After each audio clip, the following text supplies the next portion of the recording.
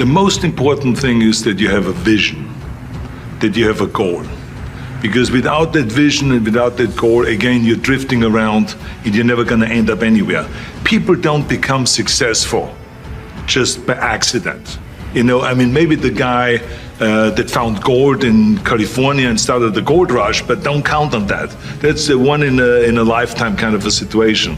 So you got to really have a specific goal. And to me, to have that vision that I want to be Mr. Universe, that I want to be the greatest bodybuilder of all time, that was a great vision, and that specifically to look like Reg Park and to be up there on that stage and to lift the trophy overhead and to win the championship over and over and over again. So that was a great goal. You have to have a goal. Now, it doesn't have to be that specific goal, but it has to have some goal. This is why I always recommend to people, sit down, take your time, and start thinking about, why do you want to work out?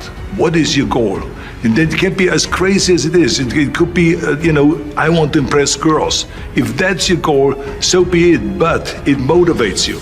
It could be that you're emulating a certain, bodybuilder or a certain football player, a certain boxer, whatever it is. Have those pictures put all over the wall like I did when I was a kid. I put pictures of Reg Park and of Sonny Liston, of boxers and of Ali and of powerlifters and weightlifters all over my bedroom, wall.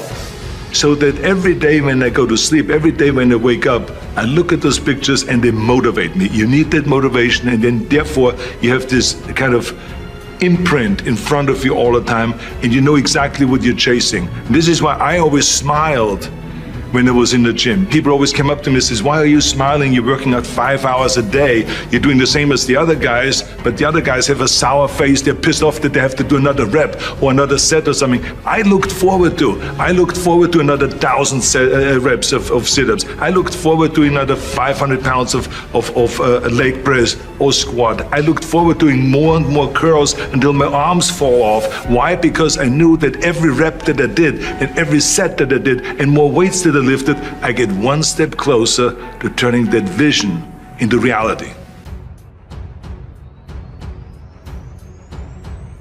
You have to think outside the box. That's what I believe. After all, what is the point of being on this earth if all you want to do is be liked by everyone and avoid trouble? The only way that I ever got any place was by breaking some of the rules. After all, I remember that after I was finished with my bodybuilding career, I wanted to get into acting and I wanted to be a star in films. You can imagine what the agents said when I went to meet all those agents. Everyone had the same line, that it can't be done. The rules are different here. Just look at your body. You have this huge, monstrous body, overly developed, that doesn't fit into the movies.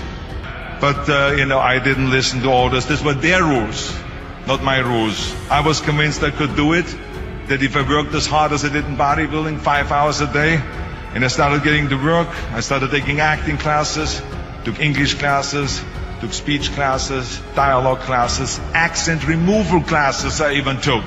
I broke through and I started getting the first parts in TV, Streets of San Francisco. Lucille Ball hired me. I made Pumping Iron, Stay Hungry, and then I got the big break in Conan the Barbarian. And there the director said, if we wouldn't have Schwarzenegger, we would have to build one. Now think about that. And then when I did Terminator, I'll be back. Became one of the most famous lines in a movie history, all because of my crazy accent. Now think about it. The things that the agent said will be totally a detriment and will be impossible for me to get a job, all of a sudden became an asset for me. All of those things, my accent, my body and everything. So it just shows you never listen that you can't do something. And you have to work your way up.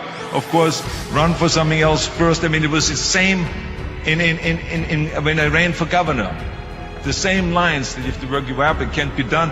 And then, of course, I ran for governor, and the rest, of course, is history. They said you have to start with a small job as mayor, and then as assemblyman, and then as lieutenant governor, and then as governor. And they said that's the way it works in a political career. I said I'm not interested in a political career. I want to be a public servant. I want to fix California's problems and bring people together and bring the parties together. So, like I said, I decided to run. I didn't pay attention to the rules, and I made it, and the rest is history.